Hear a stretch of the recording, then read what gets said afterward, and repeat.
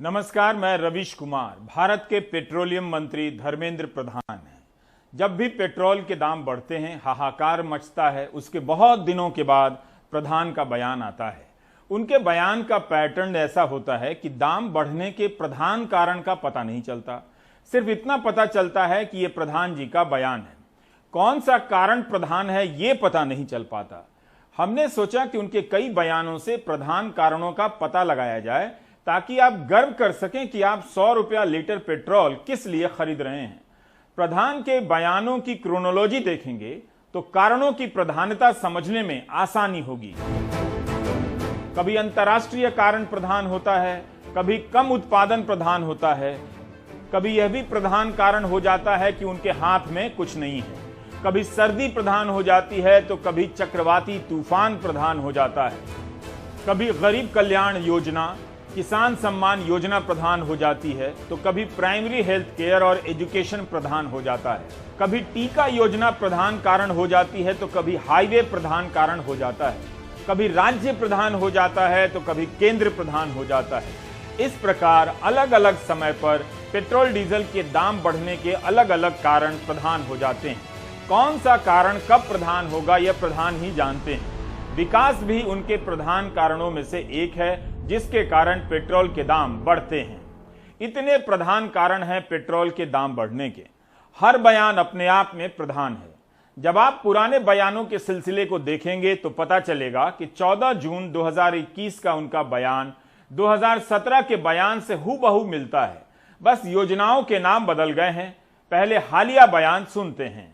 राहुल गांधी जी पहले जवाब दे, उनकी शासित महाराष्ट्र में क्यों महंगा है तेल, राजस्थान में क्यों महंगा है तेल, पंजाब में क्यों महंगा है तेल। देखो, ऐसे गैर जिम्मेवार बयान राहुल गांधी ही दे सकते हैं। आज मैं स्वीकार करता हूं, आज की जो प्राइस आई है ये नागरिकों को, कंज्यूमर को दिक्कत दे रहा है, इसमें कोई दो राय नहीं है।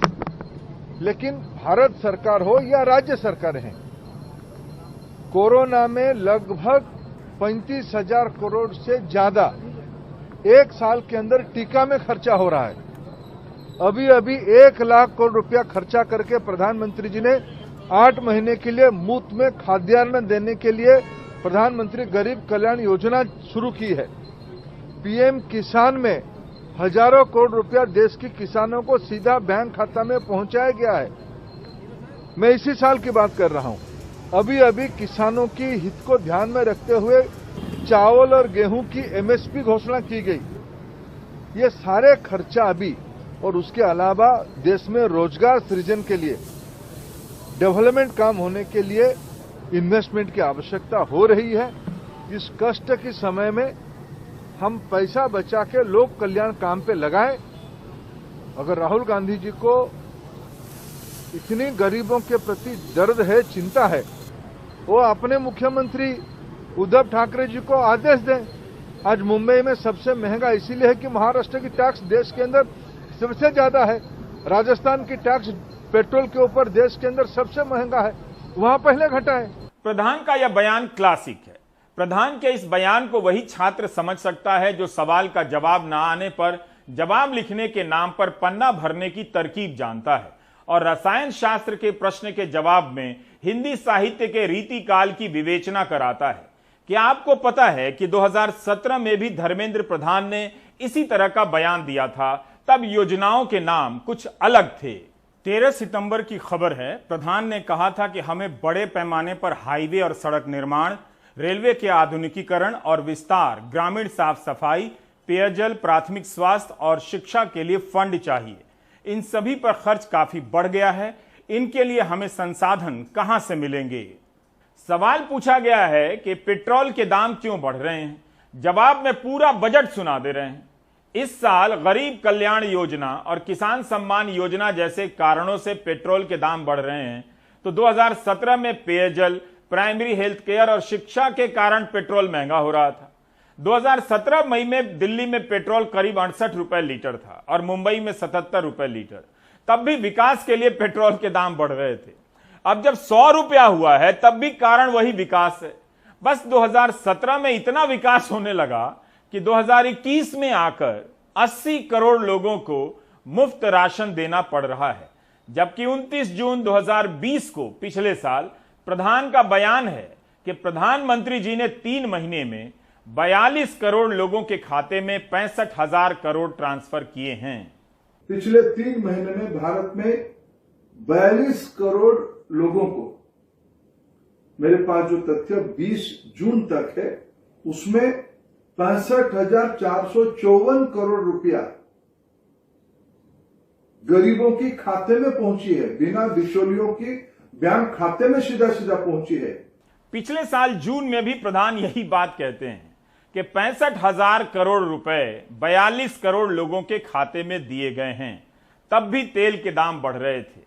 इस बार प्रधान कह रहे हैं कि टीका पर सरकार 35,000 करोड़ रुपए खर्च कर रही है, लेकिन फरवरी में जब बजट पेश किया गया तब तो कहा गया कि और जरूरत होगी तो और पैसे दिए जाएंगे। उस वक्त तो यह नहीं कहा गया कि हम 35,000 करोड़ इसलिए बता रहे हैं कि सारा पैसा पेट्रोल और डीजल के दाम से वसूलने वाले हैं। क्या वित्त मंत्री ने यह नहीं सोचा था कि पैसा कहां से आएगा?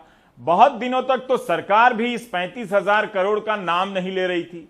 इस बजट के होते हुए भी राज्यों से कहा जा रहा था कि वे अपने पैसे से टीका खरीदें। I have provided 35,000 crores of rupees for COVID-19 vaccine in this year 21-22. I am committed to provide further funds if required. 35,000 crore के बजट की घोषणा दूसरी लहर से पहले हो चुकी थी। तब तो पता होगा कि पैसा कहां से आएगा। अब क्यों पेट्रोल से इसकी भरपाई हो रही है? और 35,000 करोड़ तो सरकार 1-1.5 महीने में पेट्रोल डीजल से टैक्स लगाकर कमा लेती होगी, तो इतने लंबे समय से यह टैक्स क्यों चल रहा है? गजब तर्क है कि टीका के लिए पेट्रोल महंगा हो रहा है। पता चला कि आप टीके का 1,200 रुपया बचाने के चक्कर में पेट्रोल और डीजल के बहाने 12,000 रुपए सरकार को दे रहे हैं। 2017 से प्रधान का यही प्रधान तर्क है कि विकास की योजनाओं के लिए टैक्स चाहिए और दाम बढ़ेंगे ही। अगला बयान भी इसी साल फरवरी का है। कोरोना के कारण हमको अनेक विकास के काम करना पड़ रहा है, भारत सरकार को करना पड़ रहा है, राज्यों को भी करना पड़ रहा है। इसीलिए कुछ टैक्स राज्य और केंद्र दोनों मिलकर इकट्ठा करते हैं। 35,000 करोड़ रुपया वैक्सीन पे खर्चा किया जाएगा।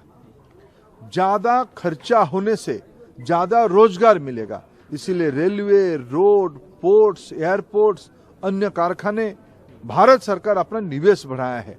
34% ज्यादा कैपिटल स्पेंडिंग भारत सरकार अपने बजट से ही करने वाला है, ऐसे ही राज्य सरकार भी करने वाले हैं। इसीलिए इस टैक्स की आवश्यकता है, लेकिन इसके एक संतुलन की भी आवश्यकता है। मैं मानता हूं वित्त मंत्री जी सभी को बुला के कुछ रास्ता निकाल सकते हैं आगे। वैसे तेल के मामलों के जानकार किरीट पारिख का जवाब भी मंत्री धर्मेंद्र प्रधान को सुनना चाहिए। उनका कहना है कि अगर सरकार टीका के लिए पेट्रोल डीजल के दाम बढ़ा रही है तो उसकी सारी जानकारी सार्वजनिक कर दे। ये बात तो देखना चाहिए कि 35,000 करोड़ से सरकार वैक्सीन के लिए लेने का बात कर रहे हैं, वो कहाँ जा रहा है? हमारा जो वैक्सीन प्रोग्राम है सरकार का, ये अनफॉर्चुनेटली वो डॉलड्रम्स में है। समझ में नहीं आ रहा है कि कहाँ वैक्सीन जाता है, किसको मिलता है। कहीं लोग लाइन में रहते हैं, कहीं जाते हैं, कहते हैं वैक्सीन ख़त्म हो गया। तो ये ट्रांसपेरेंटली बताया कि कहाँ वैक्सीन जा रहा है, ये हम कर रहे हैं। तो सरकार को लोगों को कॉन्फिडेंस में लेना चाहिए। Fortunately, the tax collections are increasing, and therefore I think they can really afford to cut down some of these taxes, which indirect taxes, which hurt the people most. Government should not intervene in the pricing system. Certainly, by raising taxes, they are intervening it. कर बढ़ा के वो petrol की कीमत में तो इंटरवेंट कर रहा है, लेकिन थोड़ा सा भी हम जो इंटरनेशनल आधार के इनके साथ कनेक्ट किया है, वो कनेक्शन नहीं जाना चाहिए। प्रधान का एक और बयान देखिए जो इस साल मार्च का है, जिससे आपको कोई कंफ्यूजन नहीं होगा कि सरकार पेट्रोल और डीजल के दाम को कमाई का संसाधन समझती है। यह हमें उम्मीद है धीरे धीरे प्राइस सॉफ्टन होगा। जिस प्रकार की अंतर्राष्ट्रीय स्थितियां बन रही है, उसमें कोरोना के कारण जो डिमांड डिस्ट्रक्शन हुई थी, उस हिसाब से सप्लाई की भी कटौती हुई थी। सप्लाई करने वाले देश जो वादा किए थे कि जनवरी फरवरी तक सप्लाई को पूर्ववत स्थिति में ले आएंगे, वो नहीं ले आने के कारण ये स्थिति बनी है। हम उपभोक्ताकारी देश, विशेष करके एशिया महादेश की सारे देश इसमें दबाव बना रहे हैं कि आपको प्रोडक्शन बढ़ानी ही पड़ेगी। लोगों को, सामान्य गरीब लोगों की आर्थिक उपार्जन हो, उसकी व्यवस्था की गई है। इस बार बजट में 32% ज्यादा खर्चा पिछले साल से किया जा रहा है। आखिर ये रिसोर्स हम लाएं कहां से? लोगों की भलाई के लिए इस सारे काम को किया जा रहा है। मार्च में ही उनका एक और बयान है कि पेट्रोल और डीजल के दाम अस्थायी रूप से बढ़ रहे हैं, टेम्पररी, धीरे धीरे कम हो जाएंगे। 100 रुपया हो गया है, कहीं से कम होता हुआ नहीं लग रहा है। प्रधान ने कह दिया कि राहुल गांधी उद्धव ठाकरे को निर्देश दें कि महाराष्ट्र में टैक्स कम करें। क्या प्रधानमंत्री से आग्रह कर सकते हैं कि वे पेट्रोल डीजल पर टैक्स कम कर दें? निर्देश की बात नहीं कर रहा हूं। प्रधान अनेक प्रधान कारण बताते हैं, लेकिन इस प्रधान कारण पर नहीं आते कि 7 साल में केंद्र ने पेट्रोल पर एक्साइज ड्यूटी कितनी बढ़ा दी है। 9 मार्च 2021 को धर्मेंद्र प्रधान ने लोकसभा में बताया है 5 अक्टूबर 2018 से लेकर 5 सितंबर 2019 के बीच पेट्रोल पर एक्साइज टैक्स उत्पाद शुल्क 17 रुपए 98 पैसे प्रति लीटर था। डीजल पर उत्पाद शुल्क 13 रुपए 83 पैसे प्रति लीटर था। 2 फरवरी 2021 को इसे बढ़ाकर 32 रुपए 90 पैसे प्रति लीटर कर दिया गया, यानी 83% की वृद्धि हुई पेट्रोल पर। इसी दिन डीजल पर उत्पाद शुल्क बढ़ाकर 31 रुपए 80 पैसे प्रति लीटर कर दिया गया, 130% की वृद्धि हुई। तो प्रधान यह नहीं बताते कि इस वृद्धि के पीछे प्रधान कारण यह है कि अर्थव्यवस्था की हालत चरमरा गई है। हेडलाइन मैनेज करने के बाद भी इकोनॉमी मैनेज नहीं हो रही है। महाराष्ट्र के वित्त मंत्री अजित पवार का बयान है कि दिसंबर 2019 में जब से उनकी सरकार आई है तब से महाराष्ट्र में पेट्रोल पर वैट नहीं बढ़ा है। बंगाल के वित्त मंत्री अमित मित्रा का कहना है कि बंगाल में प्रति लीटर जो टैक्स लगता है उस पर 31-32 रुपया केंद्र लेता है, जबकि राज्य का टैक्स 18 रुपया है।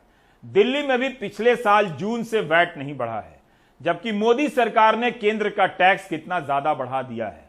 पिछले साल दिसंबर में हिंदू अखबार ने दिल्ली के टैक्स की तुलना की थी, तब दिल्ली में 83 रुपए 71 पैसे लीटर पेट्रोल था। इसके अनुसार मई 2014 में दिल्ली में पेट्रोल पर 17% वैट लगता था, जो दिसंबर 2020 में बढ़कर 23% हो गया। लेकिन इसी दौरान केंद्र का टैक्स 14% से बढ़कर 40% हो गया। राज्य से ज्यादा केंद्र ने टैक्स बढ़ाए। आज दिल्ली में पेट्रोल का भाव 96 रुपए 41 पैसे प्रति लीटर है, जबकि 1 जनवरी 2021 को पेट्रोल 83 रुपए 71 पैसे प्रति लीटर था। 6 महीने में 13 रुपया महंगा हुआ है। प्रधान को अब केंद्र के टैक्स पर बात करनी चाहिए और बताना चाहिए कि उनकी पार्टी की सरकार जिन राज्यों में है वहां पर पेट्रोल पर टैक्स कम क्यों नहीं हो रहा है। क्या मध्य प्रदेश और गुजरात के लोगों को पेट्रोल की महंगाई से कोई दिक्कत नहीं है? बिहार में उनकी सहयोगी जदयू ने भी पेट्रोल के दाम कम करने की बात कही है।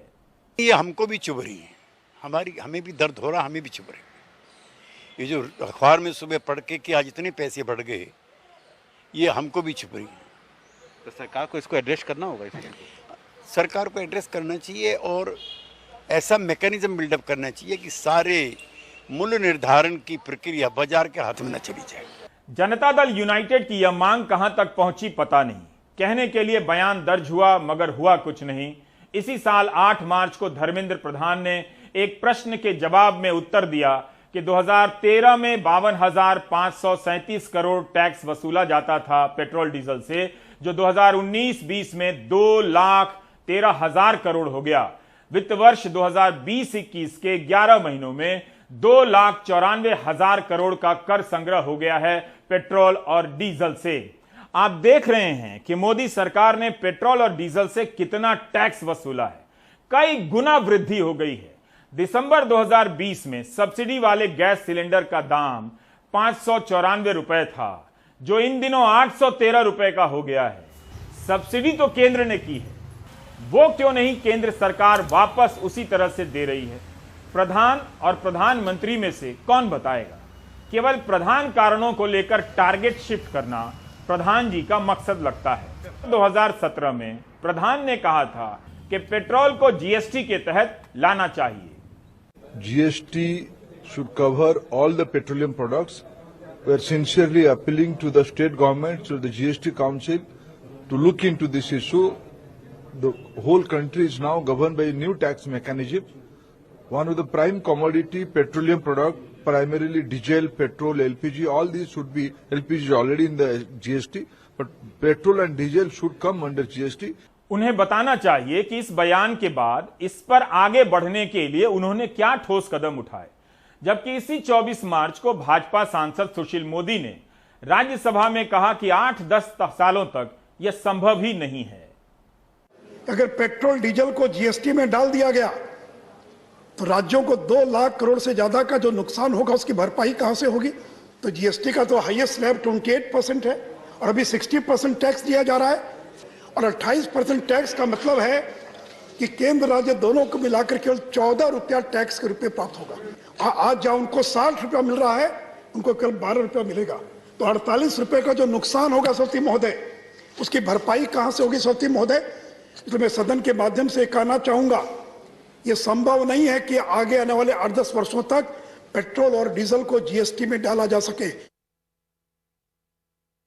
सुशील मोदी कहते हैं कि राज्यों को 2 लाख करोड़ का घाटा हो जाएगा, इसकी भरपाई कौन करेगा? वैसे जीएसटी का संकट भी सामने आने लगा है।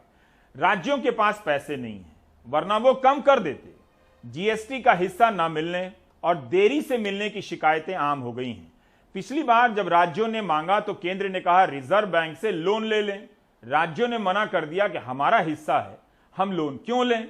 तब पिछले साल अक्टूबर में वित्त मंत्री ने कहा कि बाजार से लोन लेकर केंद्र जीएसटी का हिस्सा देगा।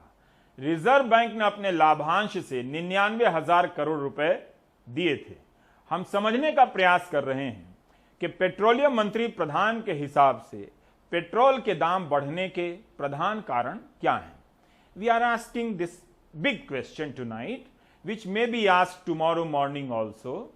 अपने कार्यक्रम में अंग्रेजी के एंकर लोग ऐसे ही भौकाल बनाते हैं। उनका क्वेश्चन हमेशा ही बिग होता है, लेकिन सरकार का जवाब स्मॉल में भी नहीं आता। 21 फरवरी 2021 को प्रधान ने तेल के दाम बढ़ने के कुछ अलग प्रधान कारण बताए कि कच्चे तेल का उत्पादन कम हो गया है और तेल बनाने वाली कंपनियां कम उत्पादन कर रही हैं ताकि ज्यादा मुनाफा कमा सकें। हम उत्पादनकारी देशों को, ओपेक प्लस की कंट्रियों को बार बार यही विषय को आग्रह कर रहे हैं कि ऐसे नहीं चल सकता है। उनमें कुछ फर्क आएगा, यह हमारी अपेक्षा है। भारत ने कच्चे तेल का उत्पादन करने वाले देशों के समूह ओपेक से कहा था कि तेल का उत्पादन बढ़ाया जाए, कच्चे तेल का। तब इसके जवाब में सऊदी अरब के ऊर्जा मंत्री अब्दुल अजीज बिन सलमान ने कहा था कि नई दिल्ली के पास तेल का जो रिजर्व है उसका इस्तेमाल करना चाहिए। सलमान ने बताया कि दिल्ली ने 2020 में सस्ते दरों पर कच्चा तेल खरीदकर भंडारण किया है, रिजर्व रखा है।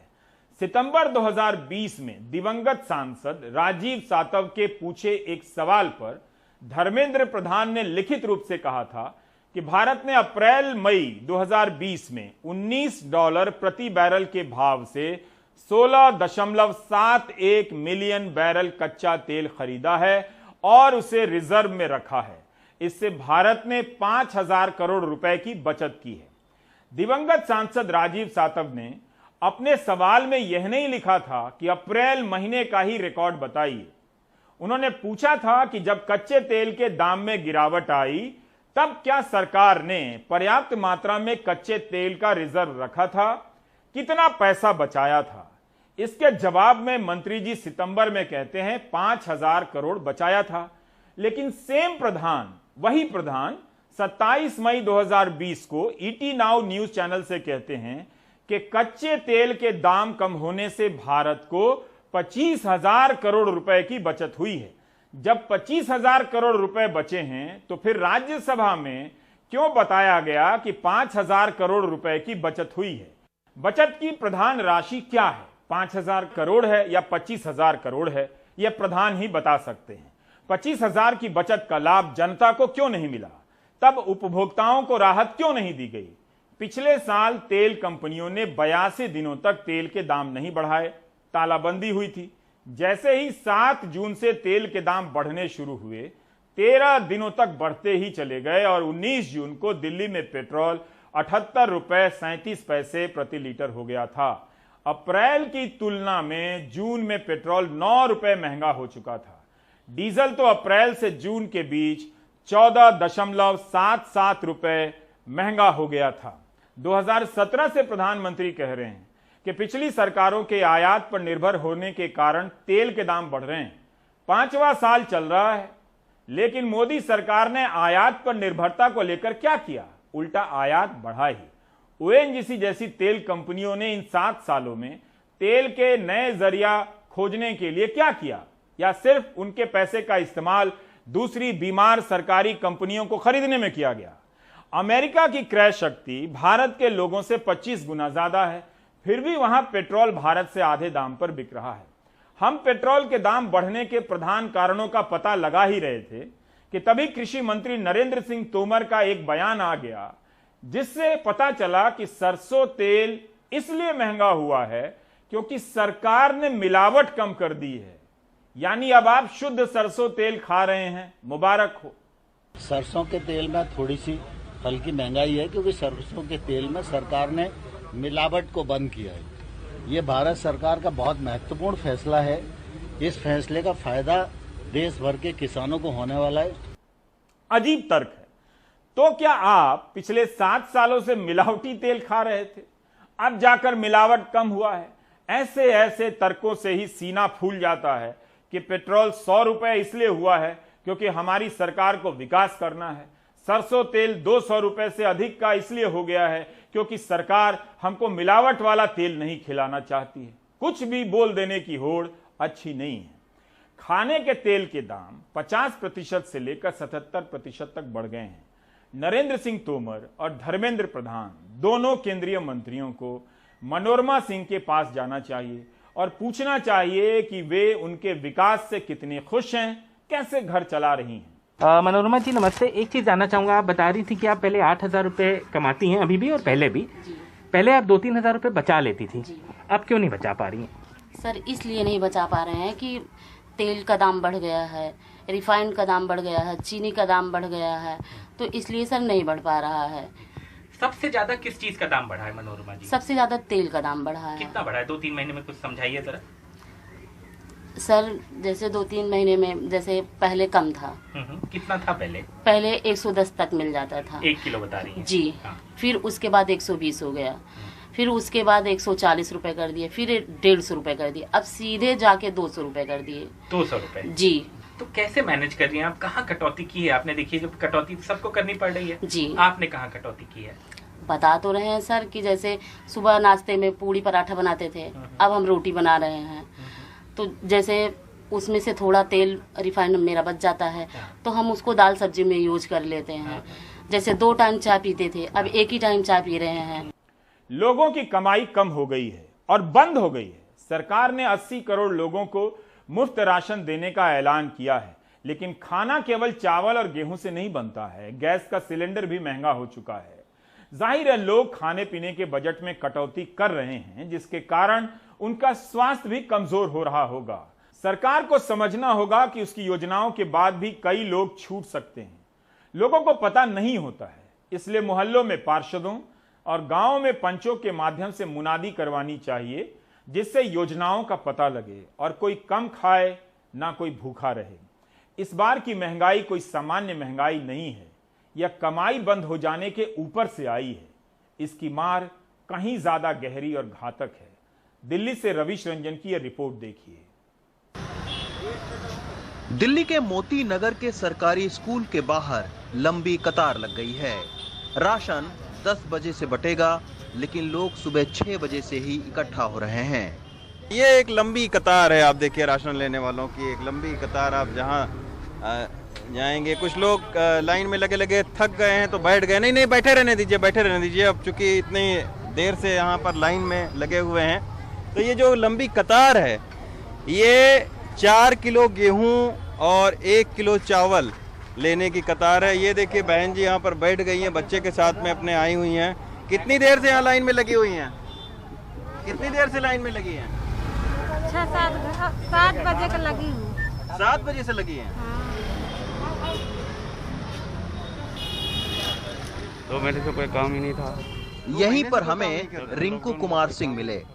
पंखा बनाने का काम करते हैं, लेकिन 2 महीने से काम बंद होने के चलते 5 लोगों के परिवार का पेट भरना मुश्किल हो रहा था। लिहाजा पहली बार ये सरकारी अनाज लेने को मजबूर हो गए। रिंकू जैसे तमाम छोटे मोटे काम करने वाले लोग अब इसी तरह सरकारी राशन के भरोसे हैं। कर्जा ही लेके आदमी खाना खा रहा था 2 महीने से। कर्जा लेकर खाना खा रहे हैं? क्या करते, उधार ही, अब उधार भी देने वाला आदमी नहीं कोई है, कितना दे देगा उधार आदमी? 2 महीने से कोई काम ही नहीं था। क्या काम करते हैं आप? मैं सिक्योरिटी गार्ड हूँ। तो अभी काम कर रहे हैं कि नहीं कर रहे हैं? अभी तो बस ऐसे ही छूटा हुआ है काम। छूटा हुआ है? हाँ। मोती नगर से हम पहुंचे करमपुरा के सरकारी स्कूल, लेकिन बुधवार को अनाज कम आने से कई महिलाओं को बिना राशन ही लौटना पड़ा। इन्हीं में से एक उर्मिला देवी हैं। पति हाथ गाड़ी चलाता है, उसी की कमाई से 6 लोगों का परिवार चलता था, लेकिन 2 महीने से काम नहीं मिला है। लिहाजा सुबह 6 बजे से ही उर्मिला राशन लेने की जद्दोजहद में लग गई है। यहाँ आई सभी महिलाओं की ऐसी ही अलग अलग परेशानियां हैं। बच्चे छोटे छोटे छोड़ के आती हूँ घर से, सुबह से बैठे रहती भूखे प्यासे। कितने बजे से आप लोग यहाँ लगते हो लाइन में? 6 बजे आती हूँ, कभी 7 बजे आती हूँ। गाड़ी भाड़ा लग जाता है 40-50 रुपया डेली के, कहाँ से भरूंगी गाड़ी? हमारे पति ने रिक्शे चलाते हैं, रिक्शे में भी नहीं कमाया। 4-4 बच्चे के कैसे पालूंगी? रूम भाड़ा कैसे दूंगी? अनाज कम और भीड़ ज्यादा होने से राशन बांटने में लगे सरकारी शिक्षकों को भी लोगों की नाराजगी झेलनी पड़ती है। दरअसल इन दिनों गरीब लोगों को 4 किलो गेहूं और 1 किलो चावल देने की जिम्मेदारी सरकारी शिक्षकों के कंधों पर है। स्कूल में राशन आया नहीं है तो कैसे मिलेगा इनको? 5-5 बजे भीड़ लग जाती है राशन के लिए। टीचर सारे काम कर रहे हैं। खुद centre for monitoring Indian economy के आंकड़े बताते हैं कि देश भर में अप्रैल के बाद करीब 75 लाख से ज्यादा लोगों ने अपनी नौकरी गंवाई और बेरोजगारी की दर बढ़कर 14.30% हो गई है। और इनमें से एक बड़ा हिस्सा उन लोगों का है जो दिल्ली, मुंबई जैसे बड़े शहरों में गुजर बसर करते हैं। कोरोना संक्रमण काल में तमाम सारे लोग जो बेरोजगार हो गए हैं, उनके लिए ये राशन बहुत ज़रूरी है और शायद इसीलिए सुबह 5 बजे से ही भीड़ लगनी शुरू हो जाती है। दिल्ली से प्रेम सिंह के साथ रवीश रंजन शुक्ला, एनडीटीवी इंडिया। जिस विकास के लिए पेट्रोल 100 रुपया महंगा हो गया है, उसकी हालत आप देख रहे हैं। दरअसल आप देख नहीं रहे हैं। देख रहे होते तो कोई आंखों में धूल झोंक के नहीं चला जाता, कुछ भी बोलकर नहीं चला जाता। ब्रेक के बाद व्हाट्सएप ग्रुप के चैट में कौन अफसर क्या बात कर रहा है, इस पर सरकार अब कारण बताओ नोटिस जारी करने लगी है। इससे पता चलता है कि सरकार के पास कितना वक्त है और काम कितना कम है। मध्य प्रदेश के युवा आईएएस अफसर लोकेश जांगीड़ को सरकार ने कारण बताओ नोटिस जारी कर दिया है। वायरल चैट में जांगीड़ ने व्यवस्था पर सवाल उठाए और भ्रष्टाचार के गंभीर आरोप लगाए हैं। वैसे 54 महीनों में 9 बार जांगीड़ का ट्रांसफर हुआ है। अपने चैट में अप्रत्यक्ष रूप से उन्होंने अपने तबादले के लिए मुख्यमंत्री के पारिवारिक संबंधों की भी बात कर दी है। एमपी आईएएस एसोसिएशन का एक सिग्नल पर एक ग्रुप है जिस पर कुछ पोस्ट मेरे द्वारा किए गए थे। ये तथ्य सही है। हालांकि ये एक प्राइवेट ग्रुप है, ये क्लोज ग्रुप है और इसलिए मैं उसमें क्या लिखा गया था और क्यों लिखा गया था इसके बारे में मैं कोई डिटेल्स में आपसे साझा नहीं कर सकता हूँ।